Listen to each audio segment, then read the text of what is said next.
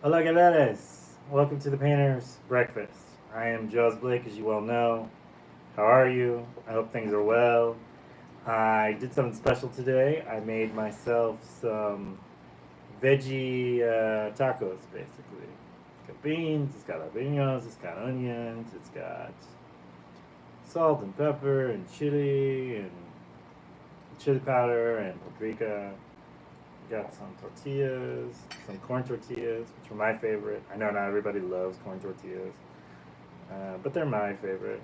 So I got black beans and some cheese and a little bit of hot sauce just to kind of go with to get it going.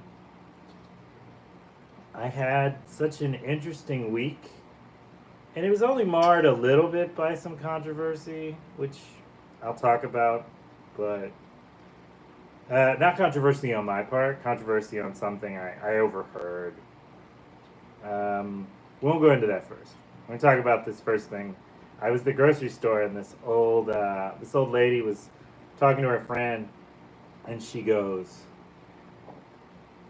"I like I like summer and everything, but like I want to have a little spring first." And she goes, "Now don't get me wrong. I'm not trying to get it wrong with Jesus." And I just started laughing. I was like, "That's the greatest thing I've ever heard." I was like, "I know, Mama. It's hot. It's hot outside. Nobody likes nobody likes when it's instantly hot outside." But it was just funny. She was like complaining about the weather, but also kind of backing it up a little bit. And this was like grocery. It was a grocery store. She was like in line. It was just so funny. I don't think I've ever heard somebody criticize the weather and apologize to God in the same sentence.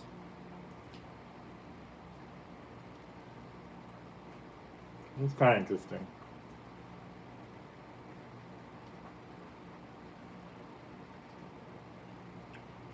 So, did you guys do anything for Cinco de Mayo? Did you go see a performance? Did you go to a restaurant? Did you celebrate the Battle of Pueblo?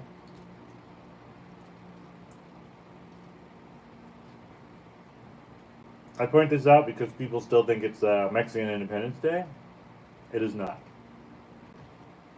It's not a diss on anyone. Once upon a time, I did not know it was not Mexican Independence Day.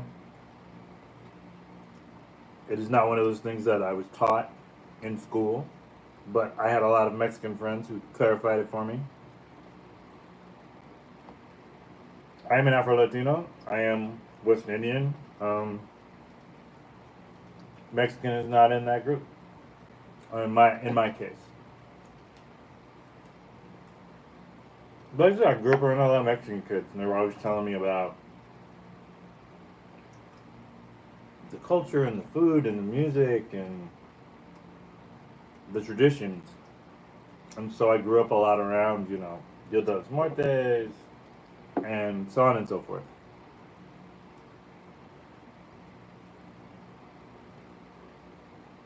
So it was just really cool. It was cool to see mariachis play and all that stuff.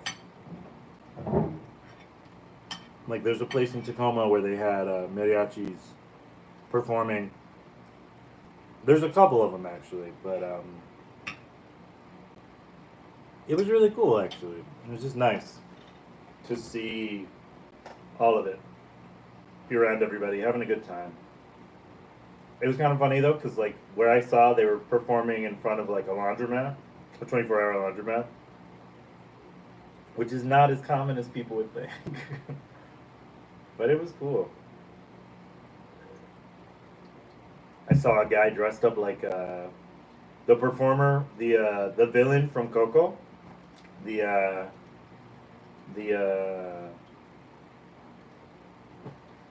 I want to say mariachi, but I feel like there's another word for that. But he was playing. So he was there, and he had like the mask, he had like the makeup on, and the suit. He looked really good, and he played, and he sings really well, and it was nice. It was just a nice feeling, you know. I think a lot of the holidays that come about, I love the holidays and celebrations that come about that are that are brought from all over the world to here in the U.S. are just kind of an extension of like a cultural sharing, which I think is really important. I think people don't. I think there's a large amount of people who don't know enough about each other, and so days like this are important. You know, naturally there are people who don't know anything about it, and they use it as an excuse to just get drunk. Which, you know, to be fair, they don't really need it as an excuse. They're gonna do it anyways. Um, but yeah, so that was that. Now on the downside, I overheard someone who is a rapper, who's a Mexican rapper, and he tried to. I think the quote was, "I'm not like these rappers out here. I don't waste all my money on gold chains and rings. If you saw me, you wouldn't associate me as a rapper." And I can kind of.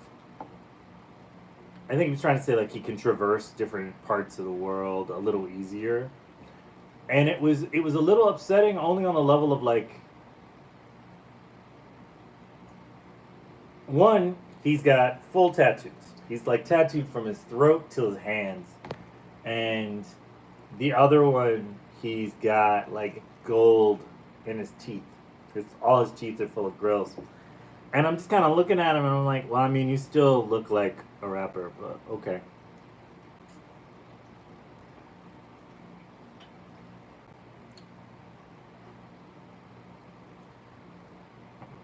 But the part about it that was strange, it's not strange.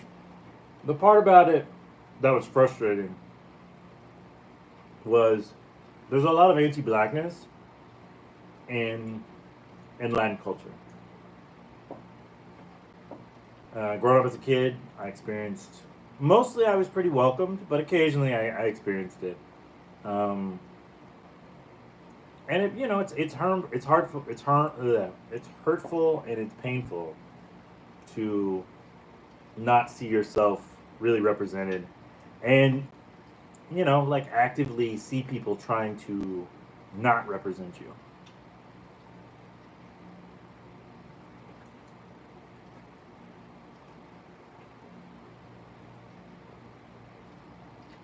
And then the whole aspect of like hip hop in general is a very black thing, and so to kind of tell people that you are a alternative to black artist in a black art form is very crap. So I'm not gonna call this guy out. I think he's very talented. I think he's very good. I think he needs to be checked by his friends, and they need to explain to him what he whether he meant to say it or not, how it comes off to the community. It's always this weird thing where it's like people want to play in spaces where there are a lot of people of color, black people particularly, and then they still want to kind of like separate themselves from it, and it's very disheartening. It's very sad. It's very frustrating because it's essentially. I mean, people don't want to. People who don't get it aren't going to understand this initially, and I realize that because I've been saying it in my head for a little while, trying to think of how I was going to put it. You are a guest in you are a guest in the society in the culture. You could be a part of the culture, but you choose to separate yourself from it. Not fiscally, mind you. You'll still make money. You don't mind making money. People think you're a rapper and you can make money as a rapper. You're fine with that. But if people think you're too hood or too gangster or whatever, then you want to pull yourself back from it. And I know that some people go like, "Oh, it's a financial thing," and it's like, but it's racist though. It's racist. Like that's what it is. It's fucking racist.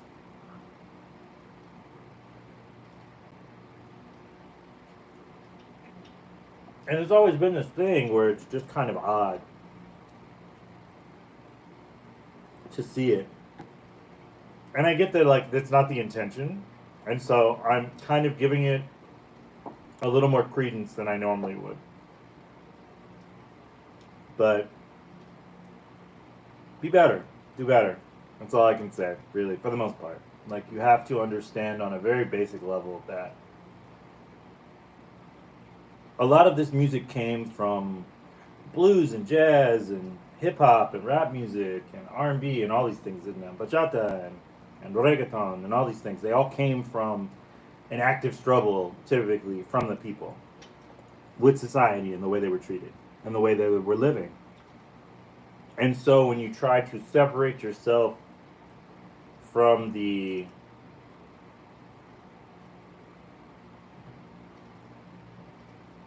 participation, the full participation of it, it's very like disingenuous.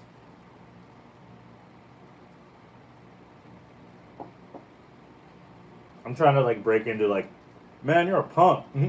You're a punk ass loser. No, because I don't want to come at it with anger. You know what I mean? I feel like there's a lot lost in like hearing people rage at something you made a mistake on. So be better. Away from that now. Away from that. More to the cool, chill stuff.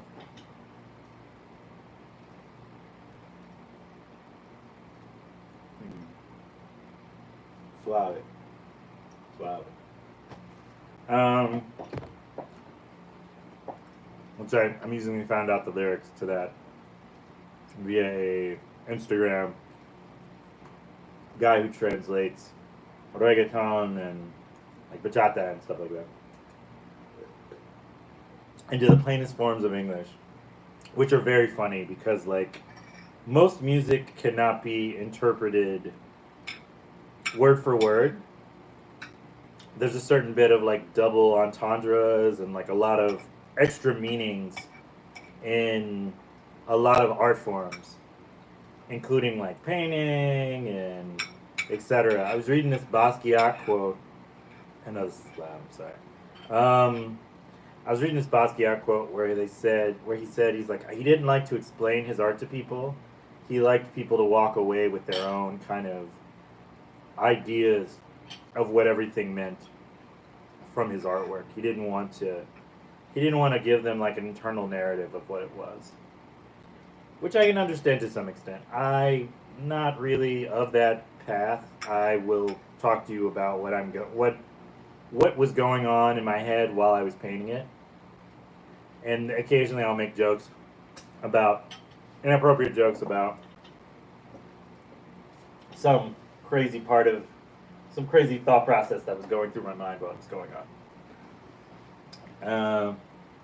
Mostly though, I don't really know sometimes what brings it forward and brings it backwards. You know. A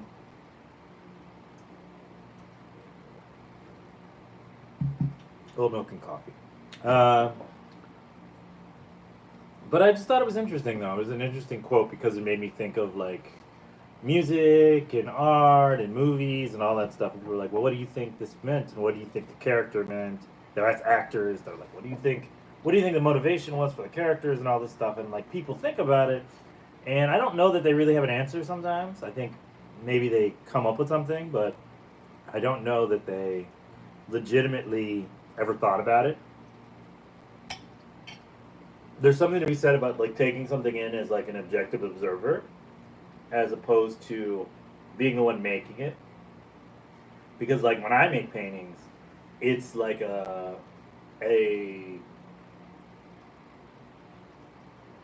cornucopia, I guess, a mixture of a lot of things presented and put together. So like it's not just me in that moment, it's me beyond a time span. And I think a lot of people who don't make art don't realize like it takes, sometimes it takes months, sometimes it takes weeks. I think we live in this Instagram kind of post every day culture where like you think people are making stuff that's entertaining every moment of every day. I like to play with this. Every moment of every day. And that's not really true, honestly. Like I do a lot of sketches You see all my sketchbooks. My sketchbooks are crazy. But it all kind of plays into itself, you know? It all kind of becomes and grows and evolves and devolves and all these things. And so it's important to just realize that. Side note, for you people who don't wash your beans out of the can and just like pour all that bean water in there, it's gross. Stop making videos about that. That's nasty. That's just nasty. I don't understand that. I've seen so many people just they open up a can, they just blah, the whole thing, and I'm just like, oh, bleh, bleh. Alec has a friend who calls it bean water.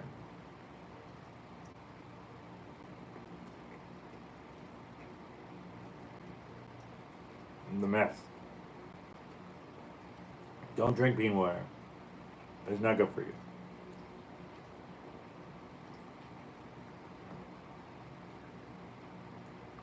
I had this one friend who used to say, even if you rinse it off, it's already in the food. I'm like, I get that, but you still don't have to celebrate it in such a way.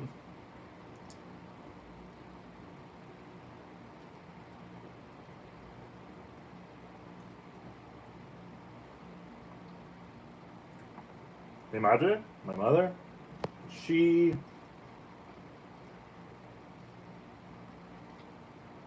she's been known to rinse her beans and soak them for an entire night. Like, do it, soak them, come back the next day and cook with them.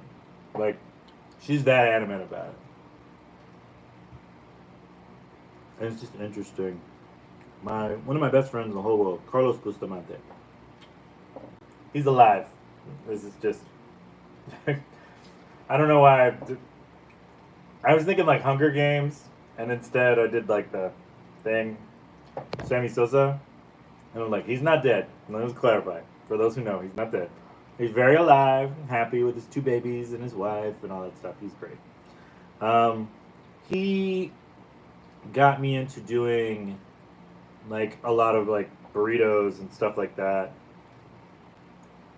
when I was a kid. When I was coming up, around like in my 20s, we would like go. Alec and I would go over to his place, and we just like bring over carton and eggs, and he'd make like eggs and beans, and he showed me how he makes beans, and I've always kind of stuck with his recipe because it really always applied wonderful to me. You gotta season your beans, kids. You gotta season your beans. None of this plain bean stuff. It's not good for you. You need seasoning. Seasoning is a spice of life, you know? I normally chop up garlic. I'll chop up some jalapenos, some onions, throw them all in a pan, let them cook for a while. Then I add the beans. I add salt. Well, I'm skipping steps. I'll add salt, I'll add pepper, paprika, some chili powder, and then I'll just kind of cook that up first, and then I'll add the beans. And then I'll kind of move the beans around and let them cook in all that for a little bit. And I feel like that gives the best flavors.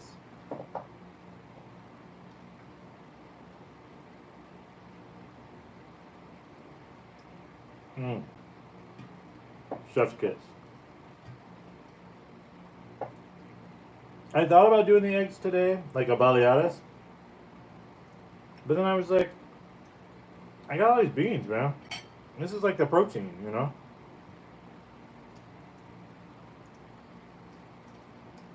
Hopefully the corn tortilla is not going to spike my blood pressure, my blood sugar too much. It's always a worry. I have to call my doctor today because I got a new doctor because my old doctor dipped. I don't know what happened. And see if I can get a new sensor.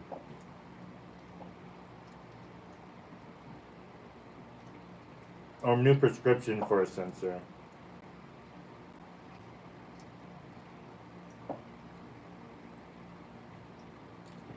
Otherwise, I could go back to poking my fingers again, which I think I'm probably going to have to do.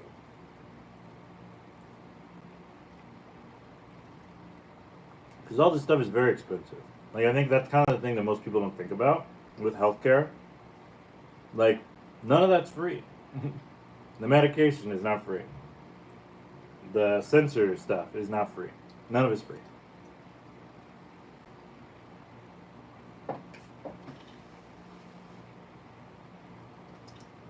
It all costs various amounts of money.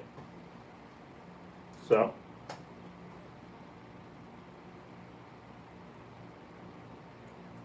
I'll call them today, see what I can do. They're probably not going to be very helpful. They kind of have a history of being argumentative with me. They're like, oh, you need to come in. And I'm like, I'm not coming in. We're not doing tests again. Every time I come in and do tests, it costs me like $200. I just did it like I think like 1 or 2 months ago. I can't keep doing this every single time.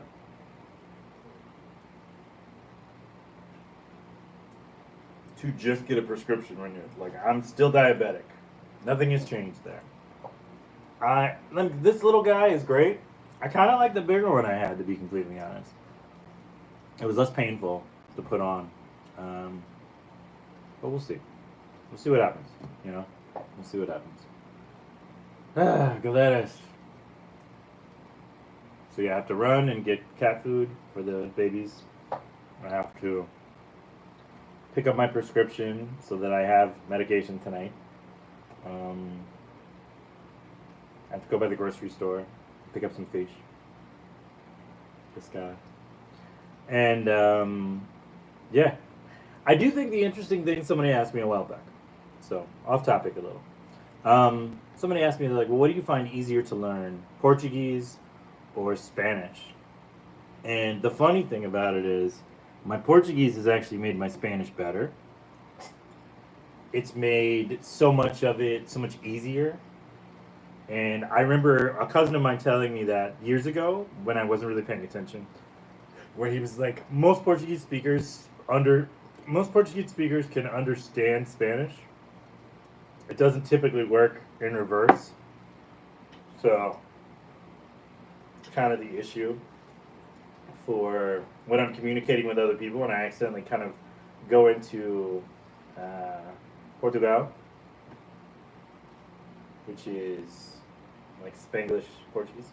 Portunhol, not Portugal, Portunhol.